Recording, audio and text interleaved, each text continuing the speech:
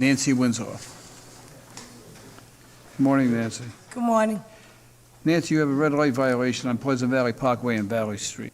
All right, this was at 12:25 a.m. What is yellow? Red, okay. See where your vehicle is?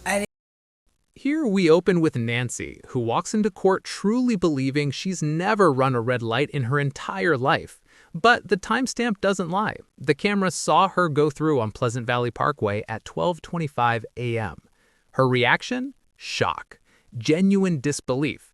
And honestly, who hasn't thought they were innocent until the footage proved otherwise? But what do you think? Was this a simple mistake, or was Nancy not paying attention? I didn't even realize that. I never went through a red light in my life. Wow. Okay. I apologize. My 17-year-old was at a party at Pembroke Street. You have a 17-year-old? Yes. She's a student? Not at PC College. No. No, I was a nervous wreck, but Nancy explains why she missed the light. She was stressed because her 17-year-old daughter was at a party she wasn't supposed to be at. And here's the twist. She tracked her daughter's location because their phones are connected. The judge's face says everything. You didn't get permission? Then how did you know? Caught. But honestly, which parent wouldn't track their kid in 2024? Parents watching, would you track your teenager at midnight? I saw yellow. I didn't realize exactly where I was, because I would never, and you can check my record, ever went through a red light in my life. You gave her permission to go to that party? Oh, no, God, no. Oh. How'd you know she was there? Because I have my ways of finding things out. Oh. Because my phone is connected to her phone, Yeah, you just, so now I you, just track her. oh, I see. She's, Well, now she knows. well, that's why I said, oh, she likes this show. But Nancy admits she was a nervous wreck, and the judge actually seems more amused than angry. He checks her record. Spotless. Not a single red light violation ever. You can feel the respect in the room. And this moment highlights something powerful. Sometimes honesty matters more than excuses. Do you think having a clean record should help someone get a break in court? it is what it is. Hey, there's other ways to do it. Well, I appreciate your concern as a parent. Your daughter's 17 years old. It's 12:30 in the morning, Yep. and she's at a party, and you're concerned. Well, I'm going to take that into consideration. I'm going to give you a break on it. Thank you. I'm going to do that for the reasons I just enunciated. Plus, The judge weighs the facts. It was late, no traffic, she was worried about her daughter. Combined with the perfect record, he decides, I'm going to give you a break. This is that rare courtroom moment where logic and compassion meet in the middle. But stay tuned, because Nancy isn't done yet. it was late in the evening. There was no traffic. Everything was clear. Not that it's an excuse, but you No, have. no, I get I it. have your record. You never went through. You never had any violations anyway. No.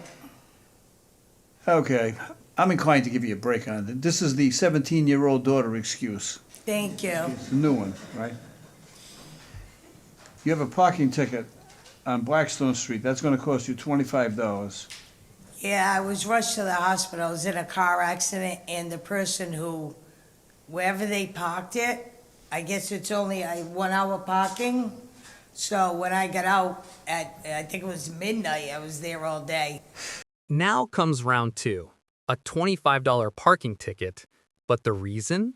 She was rushed to the hospital after a car accident.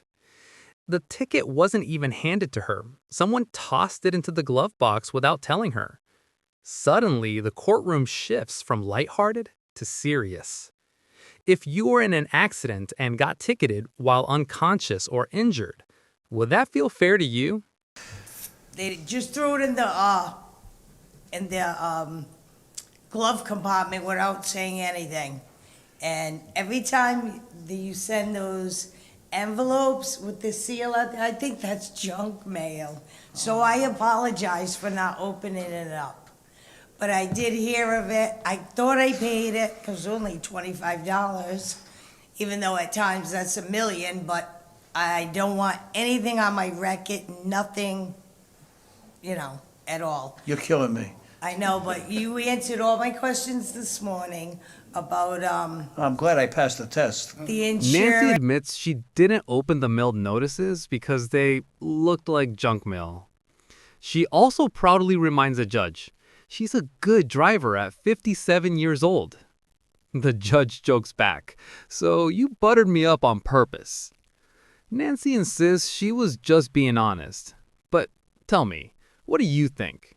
Was she flattering him or just telling her story naturally? And she stayed awake in no, class. he went right through everything because it doesn't affect your insurance, but everything you said, and I'm like, thank God. So, because I was gonna use I have a good driver record excuse, which I do have a good driver Yeah. record. So you decided when you came here that at the end of this, you'd butter me up a little bit to try to get a break. No, I was gonna fight for what I thought was right. That I have a good driving record at 57 years old. Inspector Quinn, you killed me. Just as well. I changed my mind again. I'm not going to charge. And here's the big emotional moment. The judge decides not to charge her anything at all. No red light fine, no parking ticket, case dismissed. He acknowledges she was in the hospital, she's a responsible parent, and her driving record speaks for itself. This is one of those rare courtroom wins where humanity wins over strict rules. The $25. You had an accident. You were in the hospital, and you got to Oh, check. yeah. right, Yeah. I- No, you can check that. That's definitely, I wouldn't. Check that out, Inspector Quinn. Yeah, absolutely. I'll be back in about Oh, a week. I know, I'm not that important. I get it. Well, you are very important to us. The matter is dismissed. You don't have to pay anything. Thank you very much. I wish there were more parents like you. Well, I gotta do it. Every day I thank my lucky stars that modern technology didn't exist when Before closing, the judge reflects on his own teenage years, thankful his mother didn't have GPS tracking or social media to monitor him.